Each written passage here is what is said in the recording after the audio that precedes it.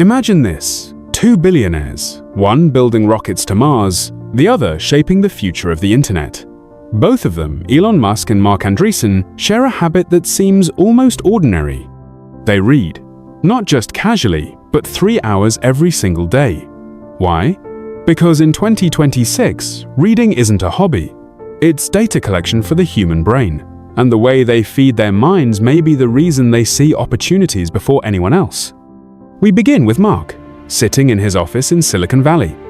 The walls are lined with books, economics, philosophy, computer science, history. His phone buzzes with notifications, but he ignores them. Instead, he slips on his headphones and listens to a specialized podcast about quantum computing. Meanwhile, across the world, Elon Musk is in his study. A stack of biographies, engineering manuals, and science fiction novels sit beside him. He reads, not for entertainment, but for patterns, for connections between history and the future.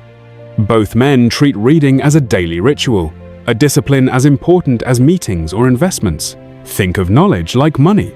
If you save $1,000 today and let it grow, compound interest multiplies it over time.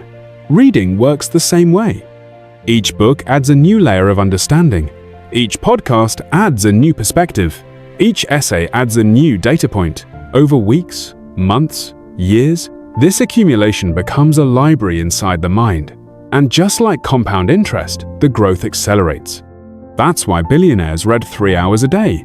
They're not chasing entertainment, they're building a mental database. Ethan was smart. Not genius smart, not top of the class smart, but sharp enough to survive.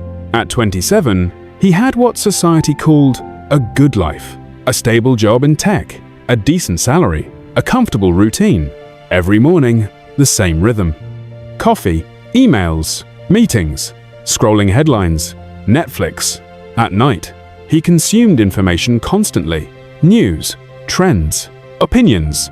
But he never went deep. He believed what most people believe. If something is important, I'll hear about it.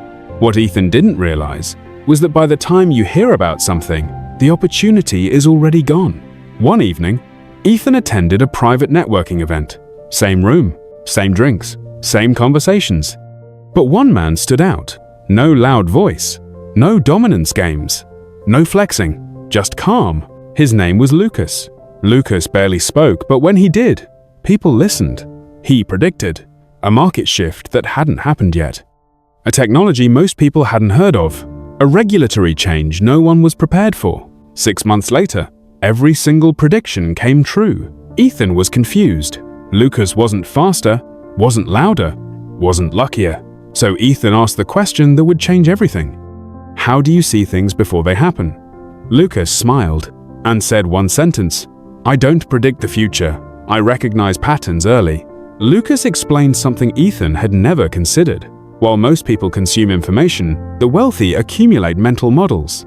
Elon Musk didn't read to relax. Marc Andreessen didn't read for inspiration. They read to build internal systems. Physics, history, economics, biology, technology, psychology. Every book was a data point. Every podcast was a signal. Every idea was stored, not memorized, connected, 3 hours a day. Not because they had time, because they understood leverage. 1 hour of reading doesn't make you smarter tomorrow. But 1,000 hours changes how your brain sees reality. That's why billionaires don't chase trends. They see them forming years earlier. In 2026, information is everywhere.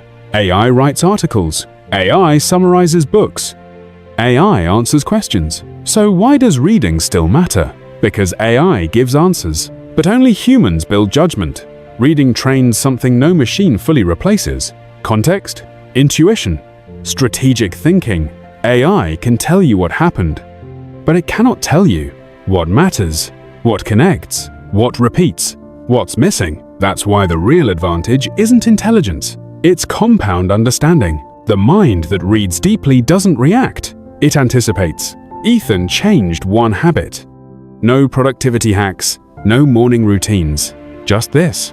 3 hours a day of deliberate learning. Not news, not social media. Books, long-form thinking, foundational knowledge. At first, nothing happened. Then something subtle changed. Meetings felt predictable. Markets felt familiar. Opportunities felt obvious. He wasn't faster, he was earlier. Here's the uncomfortable truth. Most people don't avoid reading because they're busy. They avoid it because deep thinking is uncomfortable. Reading forces you to sit with uncertainty, question assumptions, delay dopamine. And most people prefer entertainment over evolution. Billionaires don't read because it's fun. They read because ignorance is expensive. Your brain is the only asset AI cannot fully replace, but only if you train it. Every book you ignore, every deep idea you skip, every hour you trade for comfort, someone else is stacking insight. So here's the real question. If the most powerful people in the world read 3 hours a day to sharpen their minds, why would you think you can afford not to? Are you feeding your brain, or are you starving it?